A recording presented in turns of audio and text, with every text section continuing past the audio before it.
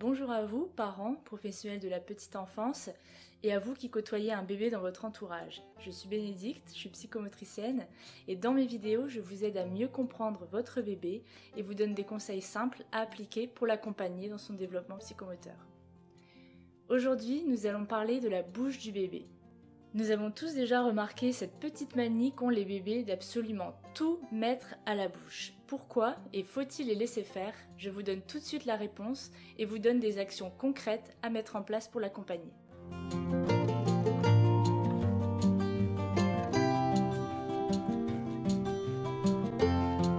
Alors, quelques explications. À partir de 3 mois, le bébé attrape les objets et commence à les mettre à la bouche. Bonne nouvelle, ce n'est pas grave et c'est même tout à fait normal, il faut les laisser faire. Et vous deviez penser, et les microbes alors qu'en est-il? Justement, à ce propos, les pédiatres sont tous d'accord pour dire que le tout à la bouche n'a jamais rendu un enfant malade. Contentons-nous d'essayer de garder un intérieur propre et pour l'extérieur, essayons de faire abstraction des microbes, c'est une étape qui va passer. Deux choses sont intéressantes à savoir concernant la bouche du bébé.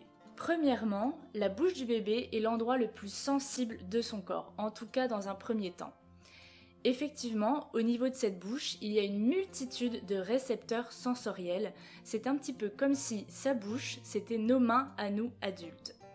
Donc c'est par celle-ci qu'il va découvrir le monde qui l'entoure, qu'il va prendre les objets, les mettre à la bouche, découvrir leur forme spatiale, leur couleur, leur texture, et c'est très important qu'il puisse faire cette expérience pour intégrer et mémoriser les différentes informations. En psychologie, Freud parle de stade oral, une étape normale et nécessaire au développement psychomoteur du bébé et source de beaucoup de plaisir. La deuxième chose intéressante à savoir concernant la bouche, c'est que cette petite bouche, c'est l'endroit qui le rassure énormément. Ça peut être étonnant, mais lorsque le bébé tète le biberon, le sein, le pouce ou la tétine, vous avez certainement déjà remarqué qu'il s'apaise. Effectivement, téter, c'est un réflexe naturel qui permet une libération d'endorphine. L'endorphine, c'est une hormone du bien-être. Et sachant ça, on peut donc bien comprendre dans quel moment il peut être intéressant de proposer au bébé quelque chose à téter. Je pense notamment aux pleurs lors du moment d'endormissement ou lors de petits bobos. Alors attention, je ne dis pas qu'il faut systématiquement donner quelque chose à téter au bébé, mais en tout cas ça peut nous aider à mieux comprendre ses besoins et donc à adapter notre comportement en réponse. Il est intéressant de savoir aussi que la pression que les objets exercent sur les gencives du bébé peuvent l'aider à l'apaiser, notamment en période de poussée dentaire. Donc 2 informations à garder en tête concernant la bouche du bébé. C'est l'endroit par lequel il va explorer son environnement et c'est aussi le lieu de son corps qui permet de le rassurer.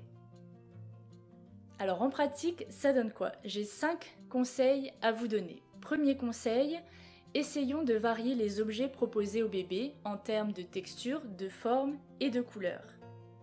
Deuxième conseil, proposons au bébé des objets nouveaux avec des objets pourquoi pas qu'il connaît déjà, pour qu'il puisse faire connaissance avec ces nouveaux objets et puis vous remarquerez peut-être que les objets qu'il connaît déjà, il les explorera davantage avec les mains.